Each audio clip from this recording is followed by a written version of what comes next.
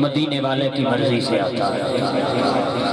اب جو بندہ اپنی مرضی سے آیا ہے، میں ترلا نہیں کر رہا، منت کوئی نہیں، سماجت کوئی نہیں، جنہیں اندروں آواز آوے کہ خالد سن رب کعبہ دی عزت دی قسم، آج میں آیا خالد بھائی دے بلاوے تے نہیں، خالد بھائی دے سجے تے نہیں آیا، جوید بھائی دے سجے تے نہیں آیا، کسے چودھری دے سجے تے نہیں آیا، نمبردار دے سجے تے نہیں آیا، رب کعبہ دی عزت دی قسم خوش ہو جا، آج تینو سجدہ حسین دے دانے لگے۔ جو پاک آقا کی مرضی سے آیا ہے وہی بندہ ہاتھ بلند کر کے بولے گا سبحان اللہ۔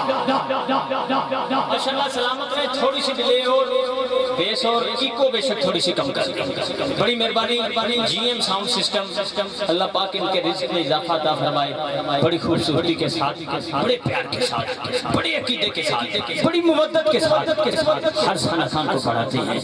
ان کا نام بھی ہے اپنے علاقے میں ماشاءاللہ۔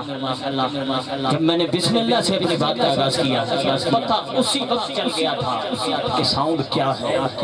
خیر اللہ پاک ان کو سلامت رکھے، تھکاوٹ بھی کافی ہے، 8 گھنٹوں کا سفر کر کے آپ کے سامنے حاضر خدمت ہیں، لیکن بات یہ ہے ہم نے خود نہیں پڑھنا، آپ نے پڑھانا ہے۔ بزرگ بیٹھے ہیں، جوان بیٹھے ہیں، بچے بیٹھے ہیں، بزرگوں کے ہاتھوں کا بوسہ لیتے ہوئے، بچوں کا ماتھا چومتے ہوئے، نوجوانوں کو سلام کرتے ہوئے جملہ یہ دے رہا ہوں کہ اپنی مرضی سے میں بھی نہیں آیا، حکم کملی والے کا تھا۔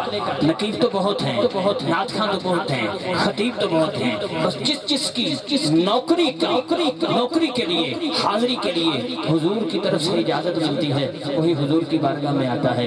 بنا اجازت کوئی بندہ پاک آقا کی بارگاہ میں آ نہیں سکتا۔ اس لیے ایک بار پھر مجھے کچھ نوجوان محفل کے باہر نظر آ رہے ہیں، ان سے تماس کرتا ہوں، کچھ نظر آ رہے ہیں، کچھ نظر نہیں آ رہے۔ ہاں جی آگے آ جائیں آپ، بڑی مہربانی، جتنے قریب ہو کے بیٹھیں گے محبت بڑھے گی۔ اللہ پاک آپ کو سلامت رکھے، ماشاءاللہ۔ آ جائیں، اللہ اکبر، اللہ